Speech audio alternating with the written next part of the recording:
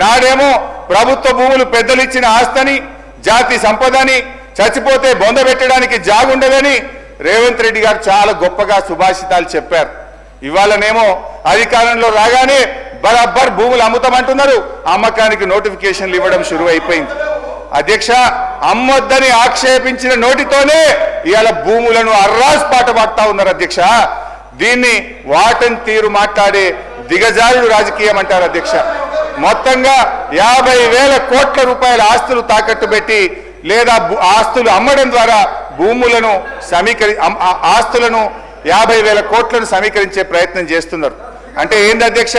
అందిన కాడికి అప్పులు చేసుడు, విచ్చలవిడిగా భూములమ్ముడు, ఇదేనా మీ మార్కు పాలన అని అడుగుతా ఉన్నా. తన పరిపాలన నెగటివ్ ఎఫెక్ట్ వల్ల రాష్ట్ర ఆర్థిక వృద్ధి రేటు తగ్గిపోతుంది. తన వైఫల్యాన్ని కప్పుపుచ్చుకోవడానికి ఈ మధ్య కొత్త వాదన శురు చేశారు. ఏంటంటే అధ్యక్ష, దేశమంతా ఆర్థిక మాంద్యం ఉందని, అందుకే ఆదాయం తగ్గిందని సెలవిస్తున్నారు. అధ్యక్ష, ఒక నిమిషం వినాలి సార్, మంత్రి గారు వినండి. అధ్యక్ష, కర్ణాటక, మహారాష్ట్ర, తమిళనాడు, ఆంధ్రప్రదేశ్ సహా దేశంలో ఎక్కడా కనిపించని ఆర్థిక మాంద్యం ఇవాళ తెలంగాణలో మాత్రమే ఎందుకుంది? అంతా నాకే తెలుసు, అందుకే అంతా నాకే తెలుసని ఈ ప్రభుత్వం, ఈ ముఖ్యమంత్రి గారు అహంకారంతో, అజ్ఞానంతో, అనాలోచిత నిర్ణయాల వల్ల రాష్ట్ర ఆదాయం కుంటుపడ్డది. తన వైఫల్యాన్ని కప్పుపుచ్చుకోవడానికి ఆర్థిక మాంద్యం వచ్చిందని, ప్రపంచమే స్లో డౌన్ అయిందని ప్రవచనాలు ప్రారంభించారు. ఏ రాష్ట్రానికి లేని ఆర్థిక మాంద్యం తెలంగాణకే వచ్చిందా? మీ నెగటివ్ పాలసీల వల్ల, మీ రివెంజ్ పాలిటిక్స్ వల్ల ఈరోజు రాష్ట్ర ఆదాయం తగ్గుతా ఉన్నది. రేవంత్ గారి పాదం స్పీకర్ సార్, మీ ధన్యవాదాలు సార్. హరీష్ రావు గారు కూడా రిక్వెస్ట్ చేస్తున్నారు.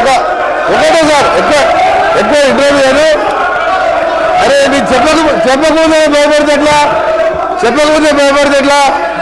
సార్ హరీష్ రావు గారు అమ్మకాల గురించి ఇతర విషయాలు చెప్తున్నారు. నేను ఒకటే మీరు పర్మిషన్ కొని సార్ ఎట్లా ఈ రాష్ట్రాన్ని సార్ ఒక దేశ చరిత్రలో ఎక్కడ లేని విధంగా ఎన్నికల ముందు ఒక 2 మాసాల ముందు ఔటర్ రింగ్ రోడ్ అనే రోడ్డుని ఫ్యూచర్ హైదరాబాద్ డెవలప్ చేయడానికి గతంలో హైటెక్ సిటీ కట్టి ఆ తర్వాత ఇంకా ఎక్స్పెన్షన్ చేయాలంటే ఔటర్ రింగ్ రోడ్ కాంగ్రెస్ ప్రభుత్వం రాజశేఖర రెడ్డి గారు ముఖ్యమంత్రిగా ఉన్నప్పుడు